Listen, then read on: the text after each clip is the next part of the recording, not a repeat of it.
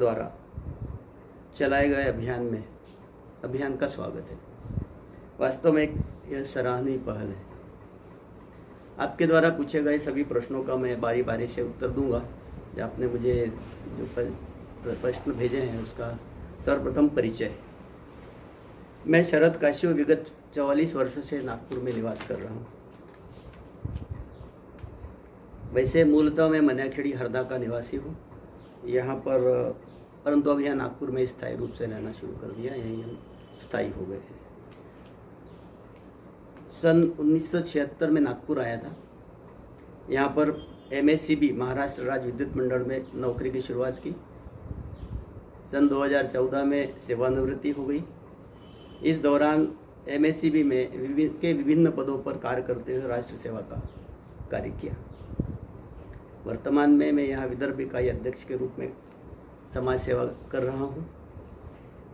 वैसे तो मैं सक्रिय रूप से सन 2010 से ही विदर्भ इकाई से जुड़ा था। पिछली कार्यकारिणी में भी कोषाध्यक्ष के पद पर कार्य करता था। जब से नागपुर आया हूँ तब से नारदी ब्राह्मण समाज को संगठित कर सामाजिक विकास का लक्ष्य ध्यान में रखते सभी कार्य करते आए हैं। अभी आपने मुझे बोला है समाज सेवा में आपका लक्ष्य बताएं। समाज सेवा में मेरा यही लक्ष्य है कि मैं समाज के सभी बंधुओं, भगिनों, महिलाओं, सभी को उन्नति की ओर देखना चाहता हूँ। सब लोग अच्छा कार्य करें, आगे बढ़े, शिक्षण अच्छा हो, एक दूसरे से मिले, एकजुट रहे और हमारे समाज का नाम बढ़ाए, नाम रोशन करें। ये मेरा लक्ष्य है और मैं इसी ओर मेरे सभी कार्य इसी दिशा में है। दूसरा, विदर्भ इकाई में कार्य करते करते विदर्भ इकाई का अध्यक्ष होने के नाते मेरे जो लक्ष्य हैं, जो हमने निर्धारित किए हैं, उसमें सबसे पहले तो जैसे ही इकाई अध्यक्ष बना हूँ तब से हमने यहाँ पर नागपुर में एक मेडिकल टीम का गठन किया है, जो नागपुर समाज नारदी ब्राह्मण समाज के नागपुर में रहने वाले सभी परिवारों को वैद्य की सहायता, मेडिकल फैसिलिटीज़, डॉक्टर की हो चाहे हॉस्पिटल की हो चाहे मेडिसिन की हो, सभी उपलब्ध कराने में सहायता करते हैं और योग्य मार्गदर्शन भी करते हैं। यह काम हमारा विगत 5-6 सालों 4 साल से निरंतर चला आ रहा है और हमारे जो टीम के मेंबर्स हैं वो बहुत ही अच्छे तरीके से कार्य निभा रहे हैं। इसमें हम बाहर गांव से जो कि नारदी समाज बंधु है, जैसे कि MP से कुछ लोग आते हैं या और कहीं से आते हैं, उनको भी हम ये मदद एक्सटेंड करते हैं और वो लोग भी खुश होकर अपना कार्य अपना अच्छे होकर ही यहाँ से करते हैं। ये तो अभी हमारा जो काम चल रहा है उसके ऊपर है। और आगे हमारा जो उद्देश्य है, आगे हमें क्या करना है, उसके ऊपर 2-3 मुद्दे बात एकदम स्पेशल है। बाकी तो हमारे बहुत सारे लक्ष्य हैं और हम उनको पूरा करेंगे। अभी यहाँ स्पष्ट करने का एक ही है कि नारदी ब्राह्मण समाज को संगठित करके रखना है, सामाजिक विकास उनका पूरी तरह से होना चाहिए, ये हमारा पूरा लक्ष्य है। और एक अति महत्वपूर्ण बात, अभी हमने कुछ ही दिनों में निर्णय लिया है कि हम यहाँ पर एक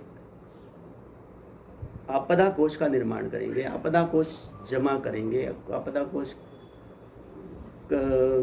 संकट ये करेंगे, मतलब जुड़ाएंगे, लोगों से पैसे लेकर आपदा कोष का स्थापना करेंगे। इससे पहला हमारा प्राइमरी लक्ष्य है 2 लाख रुपए का। वो लक्ष्य यदि हमारा पूरा हो गया तो हम इसे और इन्वेस्ट करके और उसको आगे बढ़ाते इसको और आगे पूरा करेंगे। इसमें हमारे साथ सभी समाज के जितने भी बंधु हैं सभी हैं, उनकी आम सहमति बनी हुई है। हम प्रत्येक परिवार से कुछ अमाउंट लेंगे, वो हमको अमाउंट इसको फिक्स में रखेंगे या जो भी हम उसको इन्वेस्ट करना चाहेंगे उसको कैसे उसको आगे बढ़ाए, हमारा लक्ष्य रहेगा और हमारा लक्ष्य हम पूरा करेंगे। इस दौरान समाज के किसी भी व्यक्ति पर, किसी भी परिवार पर, किसी भी व्यक्ति विशेष पर यदि कोई आकस्मिक आपदा आ जाती है, जैसे कि एकदम से तबीयत खराब हो गई, हार्ट अटैक आ गया या कुछ और प्रॉब्लम आ गई, एक्सीडेंट हो गया, कुछ हो गया, तो उसको तुरंत पैसे की ज़रूरत पड़ती है। तो वो पैसे हम इस आपदा कोष से उसको प्रोवाइड करेंगे। वो ये धनराशि उसको जो हम देंगे वो अति न्यूनतम ब्याज दर पर होगी या एकदम नॉमिनल रेट पर होगी। और यह हमें उसकी सुविधा अनुसार वो हमको वापस लौटाएगा। हम ऐसे उसे जोर नहीं कर, जबरदस्ती नहीं करेंगे, नहीं हमको इतने दिनों में दो, हम हमारे उसके नियम बना के रखे हैं, उसके हिसाब उसके तहत ही वो सब काम करेंगे।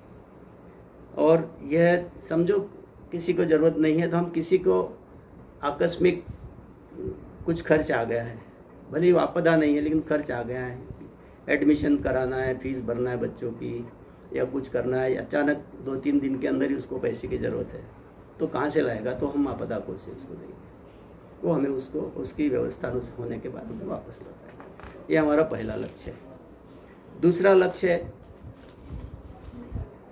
नागपुर इकाई में, यहाँ पर हमने देखा है कि सभी मतलब विभिन्न प्रकार के लोग हैं, सभी वर्गों के लोग हैं, महिलाएं, पुरुष, बच्चे, युवा युवती सभी हैं, और इसमें प्रतिभाएं अनेक है।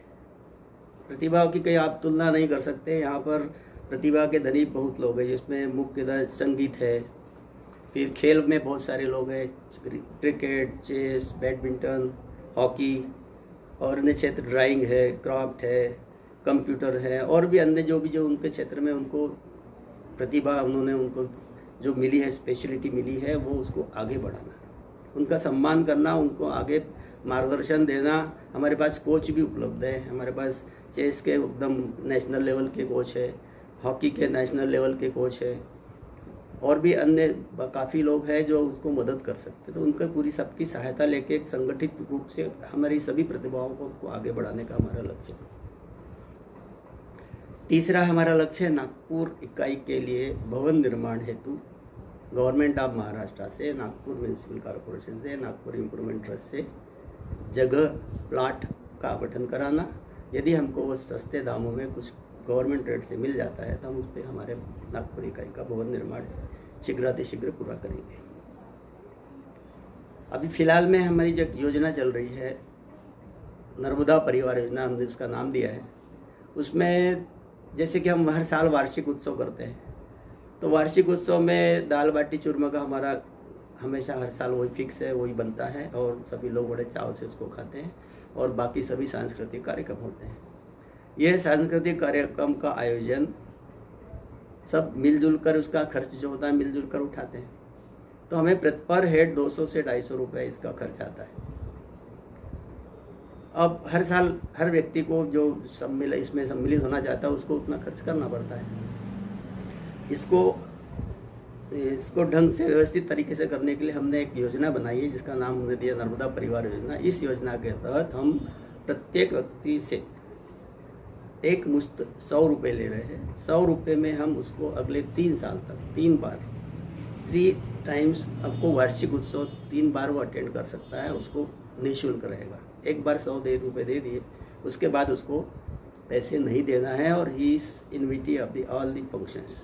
वार्षिक उत्सव का पूरा जो फंक्शन होंगे वो हम पूरे करेंगे, व्यवस्थित करेंगे।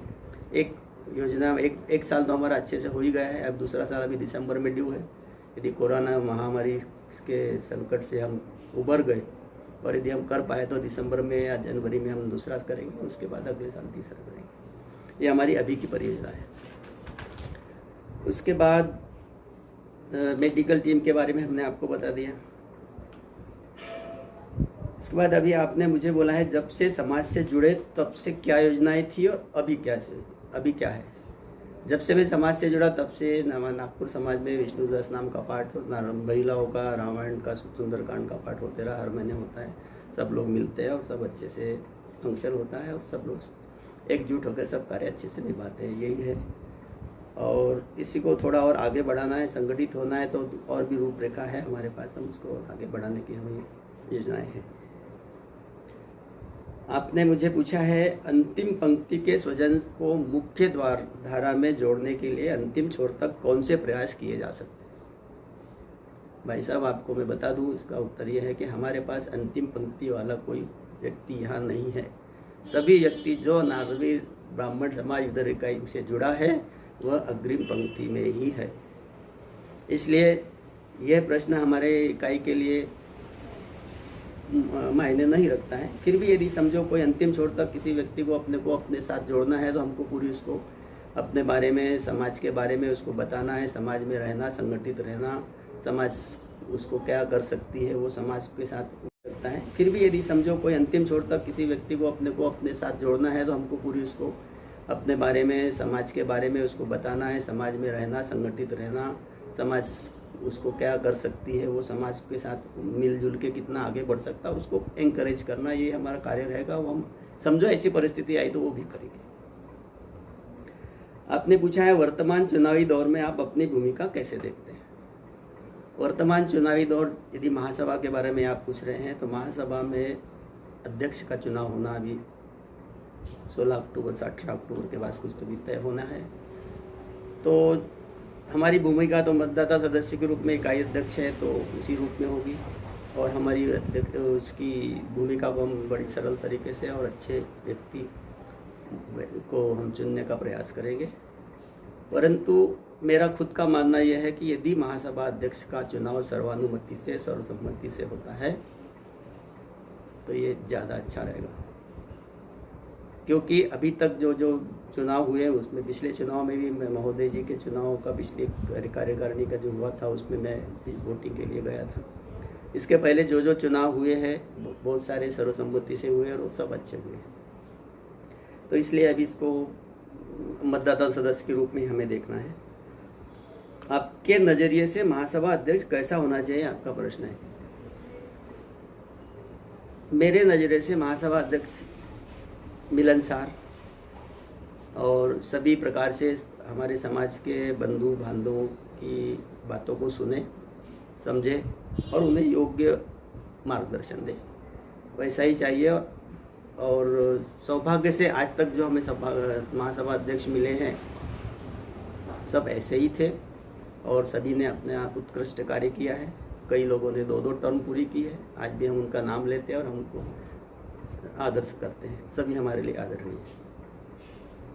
महासभा पर प्रकाश डालें, ऐसा आपने कहा है, तो महासभा पर प्रकाश डालने वाले तो महासभा एक बहुत अच्छी अपनी संस्था है, अच्छी बॉडी है। नारदी ब्राह्मण समाज के हित में कार्य करने वाली है। इसका संविधान, उसके हिसाब से आप एक एक चीज़ को आप देखेंगे तो सब व्यवस्थित उसका वर्णन किया गया है। और जहाँ तक मेरा कहना है कि महासभा अध्यक्ष का चुनाव होने के बाद जो कार्यकारिणी का गठन होता है वो कार्य, और उसके जो अपन जैसे जैसे वो संविधान में अपन ने संशोधन करके जो बातें लाई है वो सब पूरी हो जाए, सुचारू रूप से हो, किसी को कहने के लिए, किसी को ऑब्जेक्शन लेने के लिए कोई बात न रहे, इतना ही करना चाहिए महासभा अध्यक्ष ने। और कार्यकारिणी का जो गठन करते हैं, कार्यकारिणी में जो पद पर जिन महानुभाव को आप रखते हैं उनको भी जिम्मेवारी से उतना कार्य करना चाहिए। महासभा का पूरा का जिम्मेदारी पूरी महासभा अध्यक्ष पर ऐसा है मानकर नहीं चलना चाहिए। हर एक कार्यकारिणी के हर एक सदस्य की, वैसे पूछे जाए तो हर नारदी ब्राह्मण समाज के महासभा के सदस्य की यही जिम्मेवारी है कि सब पूरे मिलजुल के काम करें।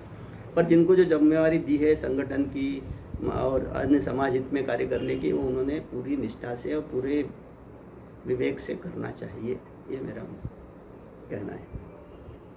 एक आम स्वजन का समाज के प्रति क्या करते होना चाहिए। आम स्वजन का समाज के प्रति समाज हित में ही सब कार्य करना है। समाज में समाज का विकास, जैसे खुद का विकास होता है वैसे समाज का भी विकास होगा, सब और लेवल आपकी बढ़ेगी, आपकी सोच बढ़ेगी, आपका सब कुछ स्तर बढ़ेगा तो आप सब कुछ कर पाएंगे। आम स्वजन तो यही चाहता है और उसको यही आगे बढ़ना है। आपने प्रश्न पूछा है वर्तमान दौर में युवक युवतियाँ समाज से दूर होते जा रहे हैं, इन्हें समाज की मुख्य धारा में लाने के लिए क्या किया जा सकता है।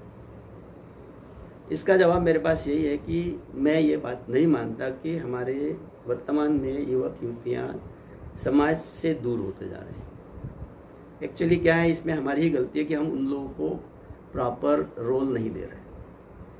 आज मेरा तो यही मानना है कि आजकल के युवक युवती जो भी गण हैं, ये जनरेशन बहुत अच्छी है, हर काम को अच्छे तरीके से करने में सक्षम है। यदि आप उनको जवाबदारी देते हैं तो पूरी तरह से निर्वहित करेंगे। हमने आज तक उनको पूरी कोई जवाबदारी उनको दी नहीं और उनके प्रति हमारा हमेशा संदेह, क्वेश्चन मार्क रहता है कि ये पूरी कर पाएगा कि नहीं कर पाएगा, इसलिए उनको देते हैं। ये हमारी गलती है। मेरा तो यही मानना है ऑल द टाइम कि युवक युवती और ये जनरेशन जो नेक्स्ट जनरेशन आ रही है ये हमारे से काफ़ी बेहतर है। समाज को आगे बढ़ाने में इनका रोल, मुख्य रोल रहेगा और ये निश्चित ही हमको और हमसे बेहतर ये समाज को आगे बढ़ाएंगे, ऐसा मैं मानता हूँ। समाज को अगर आप कुछ अपनी ओर से कहना चाहिए तो क्या कहना चाहिए, तो उसका उत्तर मेरे पास यही है कि जैसे कि मैं यहाँ महाराष्ट्र में, नागपुर में रहा हूँ या बहुत सारे महाराष्ट्र के जगह पे मैंने काम किया है, इन सभी जगह और हर एक जगह रोज़मर्रा में मैंने यही देखा है कि प्रत्येक समाज के लोग अपने अपने समाज बंधुओं के हित के ही में ही लगे रहते हैं। नार्मदी ब्राह्मण समाज ही एक ऐसा है जो अपने नार्मदी ब्राह्मण समाज के लोगों में, माफ़ करना यदि कुछ गलत हो तो ऐसा नहीं है, लेकिन मुझे जो लगा है कि थोड़ा सा कमी आती है हम अपने समाज के लोगों को आगे बढ़ाने में उतना प्रयास नहीं कर पाते जितना कि अन्य समाज करती है। तो यदि हम इसमें थोड़े से बढ़ाएं, समाज के लोगों को आगे लाने में अपन को मदद करें। जैसे कि किसी का सिलेक्शन होना है तो 2 व्यक्ति है तो प्रेफरेंस आप हमारे समाज के व्यक्ति को दो, उस किसी को कहीं और उसको भूमिका चाहिए तो हमारे समाज के व्यक्ति को आगे बढ़ाओ। यही समाज के सभी जनों को मेरा यही इतना ही कहना है। मेरे जो आपने मुझसे पूछा था कि भैया और समाज सेवा विदर्भ इकाई के तहत, तो मैंने जो बताया नार्मदी ब्राह्मण समाज से जुड़ा हूँ, जो समाज सेवा करता हूँ वो तो कर ही रहा हूँ, लेकिन मेरा एक पर्सनल खुद का भी एक समाज सेवा का शुरू से ही एक कार्य रहा है, जिसे बताना अभी मैं खूब ज़्यादा ज़रूरी तो नहीं है, लेकिन बता देता हूँ कि मैं सन 1992 से लेकर आज तक ज्योतिष शास्त्र में की निःशुल्क कंसल्टेंसी देता हूँ। निःशुल्क मतलब कहना है कि मैं सभी को मार्गदर्शन, ज्योतिष शास्त्र, कुंडली से लेकर, कुंडली में मेकिंग से लेकर कुंडली का इंटरप्रिटेशन, किसी को कुछ मार्गदर्शन चाहिए तो मार्गदर्शन, ये मैं विगत 28 सालों से कर रहा हूँ। इसके लिए मैंने नागपुर महाराष्ट्र ज्योतिष परिषद से ज्योतिष शास्त्री की उपाधि भी ली है। और ये काम मेरा सिर्फ नार्मदी ब्राह्मण समाज के लिए नहीं है, ये पूरे नागपुर में, इवन महाराष्ट्र में जहाँ जहाँ मेरे संपर्क है वहाँ के सभी लोग इस मेरे कार्य का लाभ ले रहे हैं। और इवन विदेशों से भी मुझे कंसल्टेंसी आती है, मैं उनको मदद करता हूँ। जब चाहे तब ऑनलाइन 24 आवर्स रहता हूँ, किसी को कोई भेदभाव नहीं है। कभी भी कोई भी कैसा भी प्रश्न पूछे, मैं उसका उत्तर मुझसे जितना जमता है मैं देता हूँ। ये मेरा पर्सनल समाज सेवा है। और बाकी अपने नार्मदी ब्राह्मण समाज के महासभा से जुड़े रहने के साथ साथ जो मेरा बनता है कार्य, मेरा जो बनता है मैं उसी पूरी तरह से करता हूँ। आपने मुझे सुना और मुझे समय दिया, इसके लिए मैं आपको बहुत बहुत आभारी हूँ और आपको धन्यवाद करता हूँ। नर्मदे हर।